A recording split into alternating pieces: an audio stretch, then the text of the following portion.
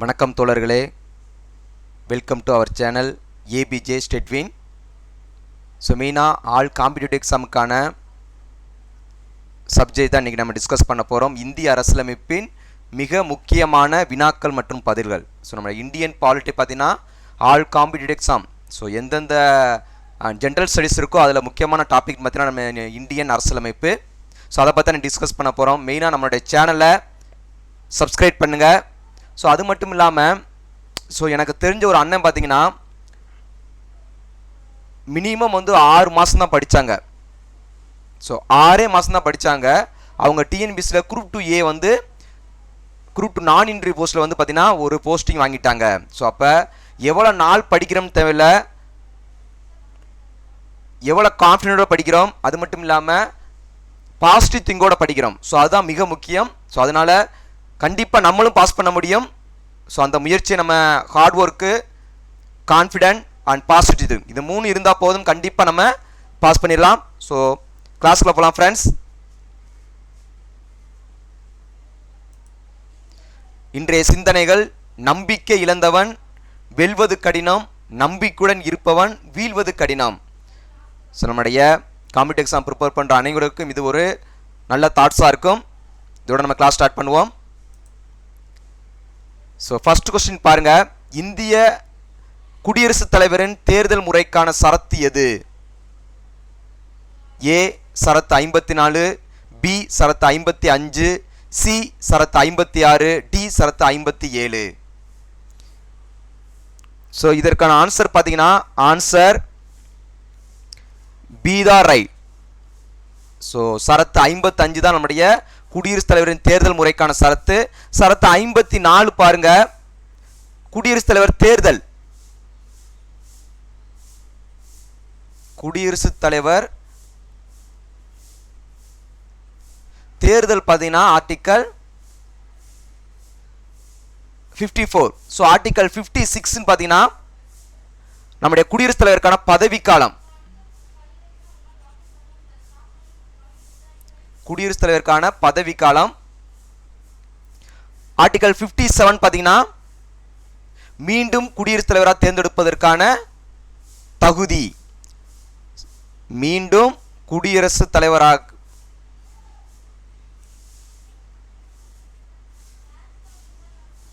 குடியரசுத் தலைவராவதற்கான தகுதி தான் ஆர்டிகல் 57. ஸோ ஆன்சர் பி தான் ரைட் ஃபர்ஸ்ட் கொஸ்டினுக்கு. செகண்ட் கொஸ்டின்: மொழி வாரியாக மாநிலங்கள் பிரிப்பதற்கு எஸ்கே தார் குழு அமைக்கப்பட்ட ஆண்டு? ஏ 1946, பி 1947, சி 1948, டி 1949. ஸோ மொழி வாரியாக மாநிலங்களுக்கு பிரிப்பதற்கு அமைக்கப்பட்ட எஸ்கே தார் கமிட்டி பார்த்தீங்கன்னா ஆன்சர் சி தான் ரைட். 1948 தான் நம்முடைய தார் குழு அமைச்சாங்க. ஸோ ஜூன் மாதம் ஆரம்பித்தாங்க. 1948 ஜூன் மாதம். அவங்க ரிப்போர்ட் சப்மிட் பண்ணது பார்த்தீங்கன்னா டிசம்பர் 1948. டிசம்பர் 1948 தான் அவங்க தன்னுடைய ரிப்போர்ட்டை சப்மிட் பண்ணாங்க. So second question answer C தான் ரைட். அண்ட் தேர்ட் கொஸ்டின்: குடியுரிமை சட்டம் இந்திய நாடாளுமன்றத்தால் எந்த ஆண்டில் நிறைவேற்றப்பட்டது? A 1950, B 1952, C 1955, D 1947. So answer C தான் ரைட். 1955 தான் நம்முடைய சிட்டிசன்ஷிப் ஆக்ட் நம்முடைய பார்லிமெண்ட்ல பாஸ் பண்ணாங்க. ஸோ நடைமுறைப்படுத்தப்பட்ட 1955 தான். ஸோ ஆன்சர் சி தான் ரைட். ஃபோர்த் கொஸ்டின்: குடியரசுத் தலைவரின் அரசியல் சட்ட பாதுகாப்பு சரத்து? A article 1 to 3, B article 361, C article 111 and T article 110. So fourth question answer B தான் ரைட். ஆர்டிகல் 361 குடியரசுத் தலைவரின் அரசியல் சட்ட பாதுகாப்பு. நம்முடைய குடியரசுத் தலைவரோ அல்லது ஆளுநரோ பார்த்தீங்கன்னா தங்களுக்கான சட்டம் சம்பந்தமாக ஏதாவது ஒரு தகவல் செய்தால் அவங்களுக்கு இந்த ஆர்டிகல் 361 அடிப்படை அவங்களே தண்டிக்க முடியாது, நீதிமன்றங்கள் அவங்க வர தேவையில்லை. ஸோ ஆர்டிகல் 1 to 3 பார்த்தீங்கன்னா அவசர சட்டம் உண்டாக்கும் அதிகாரம். நம்முடைய ordinance so ordinance making power, குடியரசுத் தலைவருக்கான ordinance making power. So fourth question answer B the right. And fifth question, பண மசோதா பற்றி கூறும் சரத்து என்ன? ஏ சரத்து 112, பி சரத்து 155, சரி 115, சி சரத்து 114, டி சரத்து 110. ஸோ பண மசோதா பற்றி கூறும் சரத்து என்னன்னா ஆன்சர் டி த ரைட், 110. ஸோ இந்த 112 நம்முடைய பட்ஜெட் நிதிநிலை அறிக்கை, நிதிநிலை அறிக்கை, அதாவது நம்முடைய ஆண்டு நிதிநிலை அறிக்கை பட்ஜெட் வந்து தாக்கல் பண்றது. இது ஒரு பண மசோதா. இந்த மசோதா நம்முடைய மக்களவையில் மட்டும் தான் தாக்கல் பண்ண முடியும். ஸோ ஆர்டிகல் 155 பார்த்தீங்கன்னா, ஸோ 115 பார்த்தீங்கன்னா சப்ளிமெண்டரி கிராண்ட், அதாவது ஒரு குறிப்பிட்ட பணிக்கு நிதியாண்டில் ஒதுக்கப்பட்ட பணம் போதுமானதாக இல்லை என்றால் மீண்டும் ஒதுக்குவது. Supplementary grand.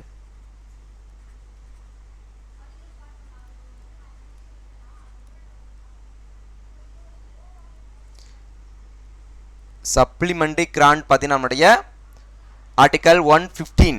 ஆர்டிகல் 114 பார்த்தீங்கன்னா பண ஒதுக்கு மசோதாக்கள், பண ஒதுக்கு மசோதாக்கள்.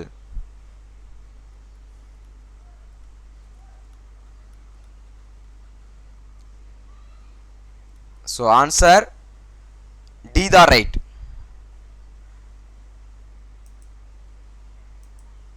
And sixth question, மொழி வாரியாக பிரிக்கப்பட்ட முதல் மாநிலம் எது? ஸோ மொழி வாரியாக பிரிக்கப்பட்ட முதல் மாநிலம் A Tamil Nadu, B Karnataka, C Andhra, D Rajasthan.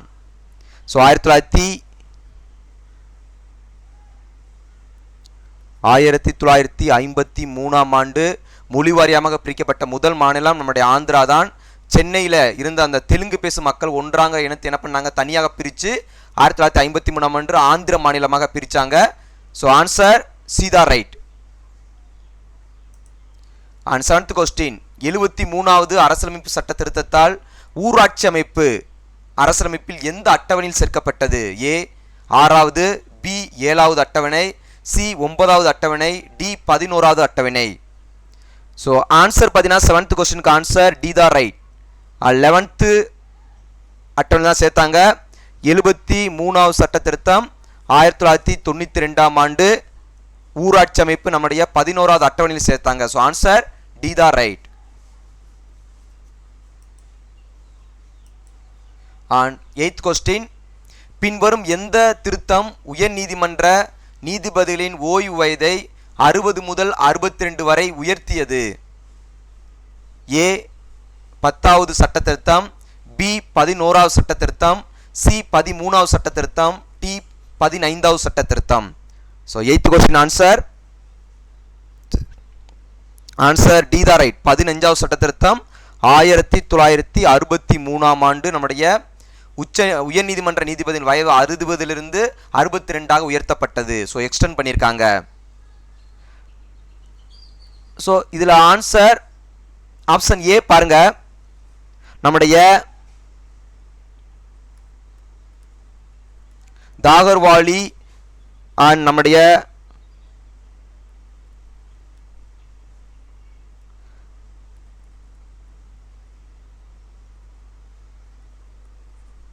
So நாகர்வாலி பார்த்தீங்கன்னா இந்தியன் யூனியனை வந்து நம்முடைய இணைக்கப்பட்டது. நம்முடைய தாகர் மற்றும் நாகர்வாலியை பார்த்தீங்கன்னா நம்முடைய இந்திய யூனியன் இணைக்கப்பட்டது பார்த்தீங்கன்னா 10வது சட்ட திருத்தம் 1961. ஸோ 11வது சட்ட திருத்தம் பாருங்க 1961 தான் 11வது சட்ட திருத்தம். நம்முடைய வைஸ் பிரசிடென்ட் எப்படி தேர்ந்தெடுக்கப்பட வேண்டும், எலக்ட்ரல் காலேஜின் அடிப்படையில் தேர்ந்தெடுக்கப்பட வேண்டியது சட்ட திருத்தம் பண்ணது நம்முடைய இந்த சட்ட திருத்தம் தான். அண்ட் 13 பாருங்க 1962.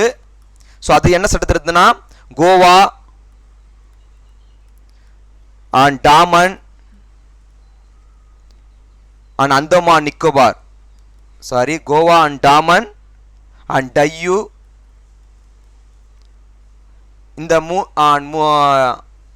இரண்டு யூனியன் பிரதேசங்கள் வந்து நம்முடைய இந்தியாவில் இணைக்கப்பட்டது 13ஆம் சட்ட திருத்தம் 1962. So 8th question answer D தான் ரைட். 9th கொஸ்டின் உச்ச நீதிமன்றத்தின் பதிவேடுகளை சாட்சி பதிவேடுகளாக பயன்படுத்தும் சரத்து. ஏ சரத்து 129, பி சரத்து 132, சி சரத்து 139A அண்ட் டி சரத்து 130. 9th கொஸ்டின் ஆன்சர் ஏ தான் ரைட். இதன் அடிப்படையில் தான் வந்து நம்ம உச்சநீதிமன்ற பதிவேடுகளை சாட்சி பதிவேடுகளாக பயன்படுத்தலாம் என்று நம்முடைய கான்ஸ்டியூஷன் சொல்லியிருக்காங்க. ஸோ 132 பார்த்தீங்கன்னா அரசியலமைப்பு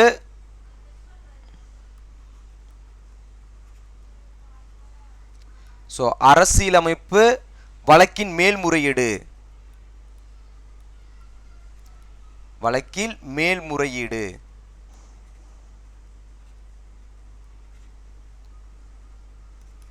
சரத்து 139A பாருங்க, ஒரு வழக்கினை நம்முடைய ஹைகோர்ட்ல இருந்து இன்னொரு ஹைகோர்ட்டுக்கு டிரான்ஸ்ஃபர் பண்ணுவதற்கான அதிகாரம் யாருக்கு இருக்குன்னா நம்முடைய சுப்ரீம் கோர்ட்டுக்கு இருக்கு. ஸோ ஒரு வழக்கினை ஒரு ஹைகோர்ட்ல இருந்து சப்போஸ் சென்னை ஹைகோர்ட்ல இருந்து டெல்லி ஹைகோர்ட்டுக்கு மாற்றுவதற்கு யாருக்கு அதிகாரம் இருக்குன்னா சுப்ரீம் கோர்ட்டுக்கு அதிகாரம் இருக்கு. அதுக்கான ஆர்டிக்கல் சரத்து 139A. ஸோ சரத்து 130 பார்த்தீங்கன்னா நம்முடைய சுப்ரீம் கோர்ட்டின் ஹெட் குவார்ட்டர்ஸ் எங்கே இருக்கு? டெல்லியில் இருக்கு.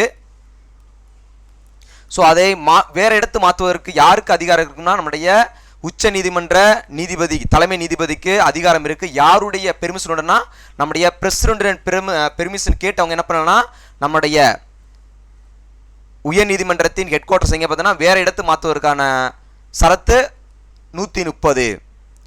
9th கொஸ்டின் ஆன்சர் ஏ தான் ரைட். 10th கொஸ்டின் இந்திய அரசியலமைப்பின் குடியுரிமை பற்றி கூறும் பகுதி எது?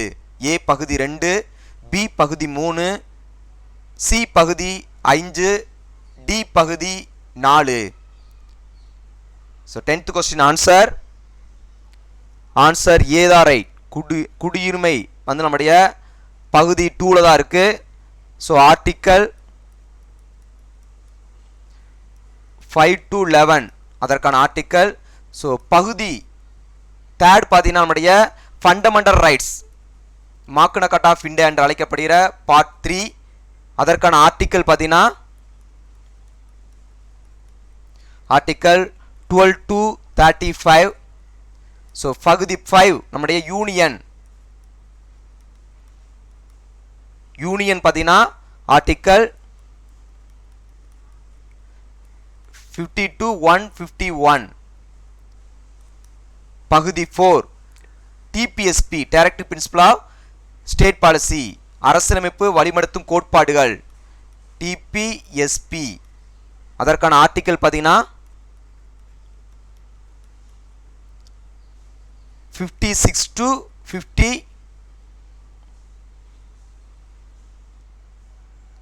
ஸோ டிபிஎஸ்பி அதற்கான ஆர்டிக்கல் சரத்து பார்த்தீங்கன்னா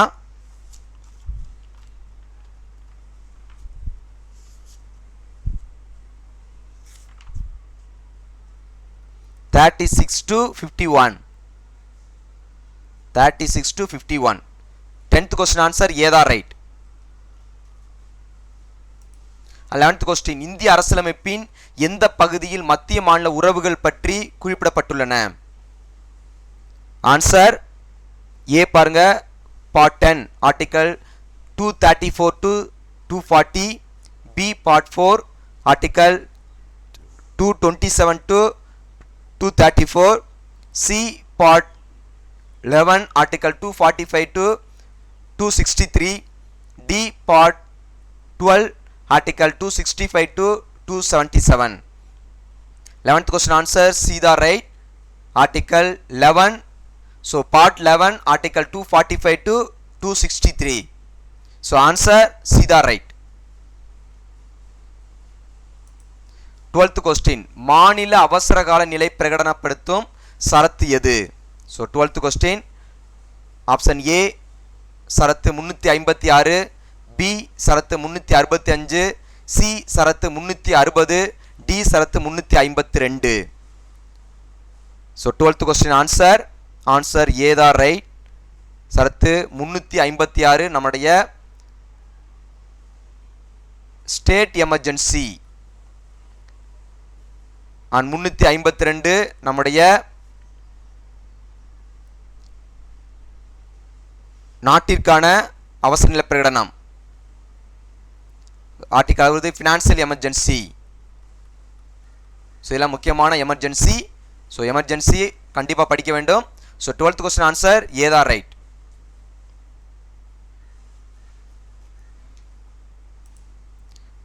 and 13th question Fazal Ali குழு அமைக்கப்பட்ட ஆண்டு 1948, பி 1956, சி 1955, டி 1953.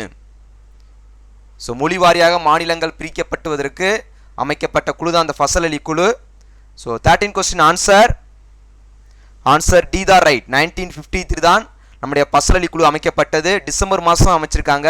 அது ரிப்போர்ட் பண்ணது பார்த்தீங்கன்னா, ஸோ இதன் அடிப்படையில் பார்த்தீங்கன்னா இவங்கள ஃபசல் அலி குழு என்ன பண்ணாங்கன்னா மொழி வாரியாக மாநிலங்கள் பிரிக்கக்கூடாதுன்னு என்று அவங்களும் தாக்கல் பண்ணாங்க. அதில் மெயினாக பார்த்தீங்கன்னா 3 பேர் இருந்தாங்க. ஃபர்ஸ்ட் ஒன் பார்த்தீங்கன்னா அதில் head Fazal Ali. And second one பார்த்தீங்கன்னா KM Munshi, KM Panikkar. And third one பார்த்தீங்கன்னா கேஎன் குன்ஸ்ரு. ஸோ இந்த 3 பேர் தான் அந்த ஃபசல் அலி குழுவில் இருந்தாங்க. ஸோ 1953 டிசம்பர் மாதம் அந்த குழு அமைக்கப்பட்டது. மொழி வாரியாக மாநிலங்கள் பிரிப்பதற்கு அமைக்கப்பட்ட குழு இந்த குழு தான். ஸோ ஆன்சர் டி தான் ரைட்.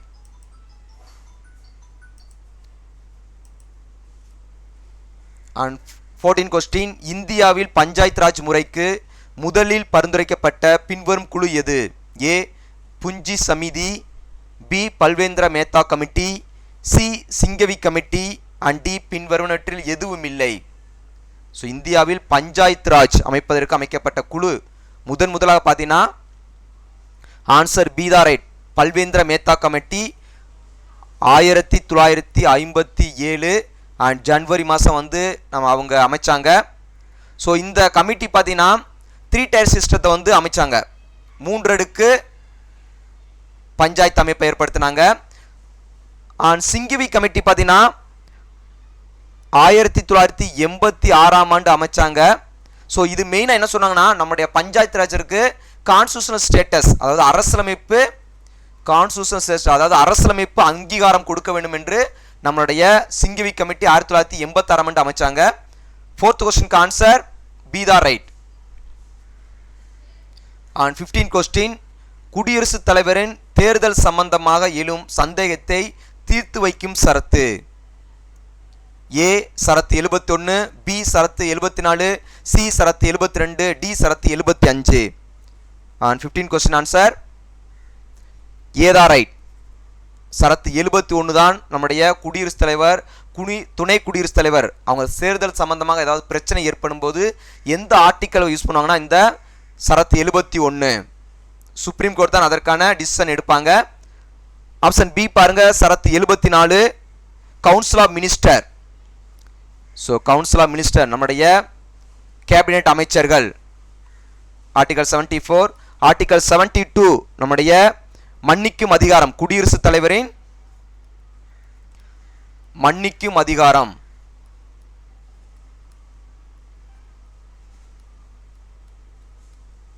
மன்னிக்கும் அதிகாரம் அதாவது பார்டனிங்.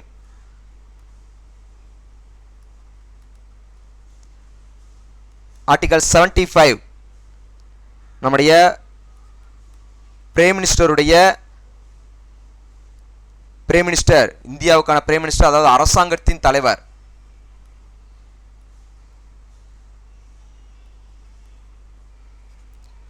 அரசாங்கத்தின் தலைவர் யாருன்னா நம்முடைய பிரைம் மினிஸ்டர் தான். நம்முடைய கவுன்சில் ஆஃப் மினிஸ்டருக்கு யார் தலைவராக இருப்பாங்கன்னா நம்ம பிரைம் மினிஸ்டர் தான் இருப்பாங்க. பிரைம் மினிஸ்டர் நம்முடைய குடியரசுத் தலைவருக்கும் கேபினெட் அமைச்சர்களுக்கும் பார்த்தீங்கன்னா ஒரு இன்டர்மீடியட்டாக இருக்காங்க. ஸோ அவங்களுக்கான பிரைம் மினிஸ்டருக்கான ஆர்டிகல் 75. 15 கொஸ்டினுக்கு ஆன்சர் ஏ தான் ரைட். அண்ட் 16 கொஸ்டின் 3 அடுக்கு ஊராட்சி முறையை பரிந்துரைத்தவர் யார்? A Ashok Mehta, B SK Dhar, C Balvendra Mehta, and D TVD Krishnamachari. 16 question answer சீதா ரைட். 1957 ஆண்டு அந்த 3 tier சிஸ்டத்தை கொடுத்தாங்க. ஸோ அசோக் மேத்தா குழு பார்த்தீங்கன்னா 1977 ஆண்டு அமைச்சாங்க. இது பார்த்தீங்கன்னா 2 tier சிஸ்டம். 2 tier சிஸ்டத்தை வந்து இம்ப்ளிமெண்ட் பண்ண யாருன்னா நம்முடைய Ashok Mehta committee. 3 tier system பார்த்தீங்கன்னா நம்முடைய 1957 நம்முடைய Balvendra Mehta committee. And 16 question answer சீதா ரைட்.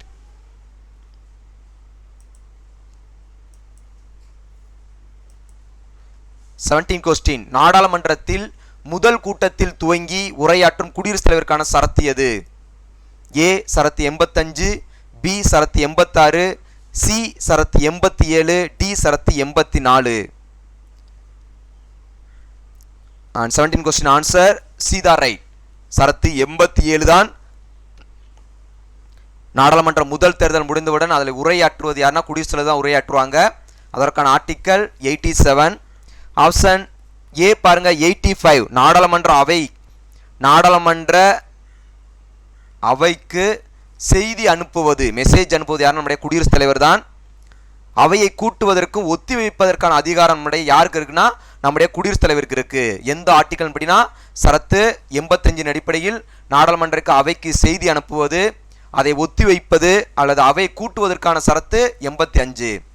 ஆப்ஷன் பி பாருங்க சரத்து 86 நாடாளுமன்ற அவை நிகழ்த்துவது நம்முடைய குடியரசுத் தலைவர் பார்த்தீங்கன்னா சரத்து 86. சரத்து 84 பாருங்க மக்களவை உறுப்பினருக்கான தகுதிகள் பார்த்தீங்கன்னா நம்முடைய சரத்து 84. ஸோ இந்தியன் சிட்டிசனாக இருக்கணும், 25 வயது நிறைந்தவராக இருக்க வேண்டும். ஸோ இது எல்லாமே பார்த்தீங்கன்னா நம்முடைய மக்களவை உறுப்பினருக்கான தகுதிகள். ஸோ ஆன்சர் சீதா ரைட். அண்ட் 18 question நிறைவேற்றப்பட்ட மசோதாவுக்கு குடியரசுத் தலைவர் ஒப்புதல் அளிக்கும் சரத்து.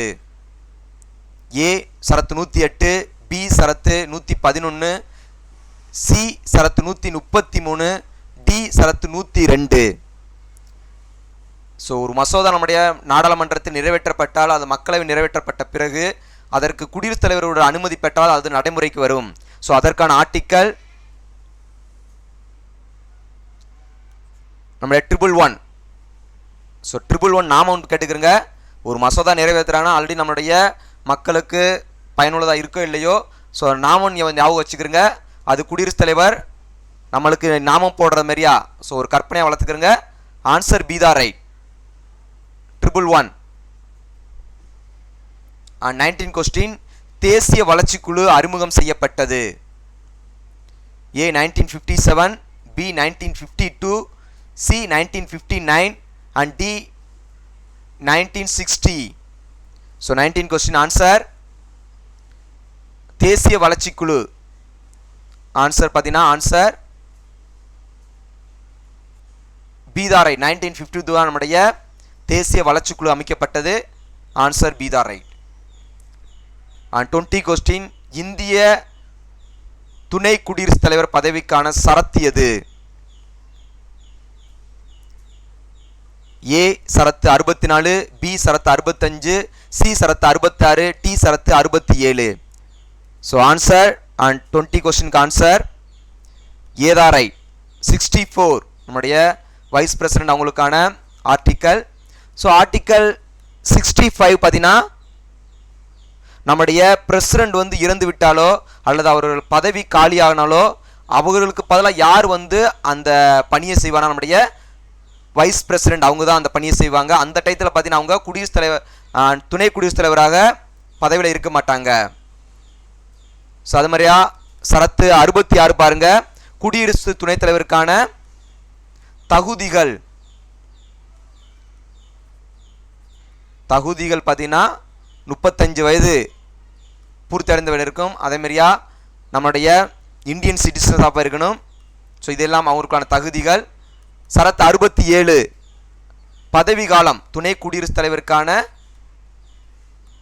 பதவி காலம் என்ன?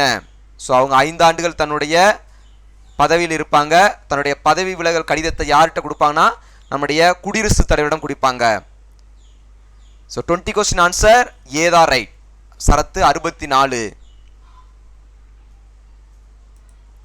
ஸோ மெயினாக பார்த்தீங்கன்னா ஃப்ரெண்ட்ஸ் நம்மளுடைய அனைத்து காம்படிட்டிவ் எக்ஸாம் பார்த்தீங்கன்னா அண்ட் இந்தியன் பாலிட்டி ஒரு மேஜர் பார்ட்டாக இருக்குது. So TNPSC and SSC RRB NTPC and இப்போ டிஎன்இபி அசஸர் வந்து ஆல்ரெடி வந்து கால்ஃபர் பண்ணியிருக்காங்க. ஸோ லாக்டவுன் முடிஞ்சோன்னு உங்களுக்கு கண்டிப்பாக எக்ஸாம் வந்து கண்டக்ட் பண்ணிடுவாங்க. ஸோ அதனால் நல்லா எஃபர்ட் போட்டு படிங்க, கான்ஃபிடென்ட்டாக படிங்க, கண்டிப்பாக பாஸ் பண்ணிடலாம். டிஎன்பிசி குரூப் 1 அண்ட் குரூப் 2 வந்து ஆல்ரெடி குரூப் 1 வந்து கால்ஃபர் பண்ணிட்டாங்க. லாக்டவுனால் வந்து உங்களுக்கு எக்ஸாம் வந்து போஸ்ட்போன் தான் பண்ணியிருக்காங்க, அதை கேன்சல் பண்ணல. ஸோ கண்டிப்பாக நம்ம பாஸ் பண்ணிடலாம் ஃப்ரெண்ட்ஸ், நல்லா கான்ஃபிடென்ட்டாக படிங்க. ஸோ அதுக்கப்புறம் டிஎன்பிசி குரூப் 2 வந்து கால்ஃபர் பண்ணுவாங்க. ஸோ அதுக்கு நம்மளுக்கு ஒரு நல்ல ஆப்பர்ச்சுனிட்டி. ஸோ இந்த வாய்ப்பை தவற விட்டுறாதீங்க. So thank you friends, once again thank you and all the best. So மெயினாக நம்மளுடைய ஏபிஜே ஸ்டேட் வின் சேனலை சப்ஸ்கிரைப் பண்ணுங்கள். ஸோ வீடியோவுக்கு லைக் பண்ணுங்கள், வீடியோவை உங்கள் ஃப்ரெண்ட்ஸ் மட்டும் ரிலேட்டிவ்க்கு ஷேர் பண்ணுங்கள். So thank you friends, once again thank you very much.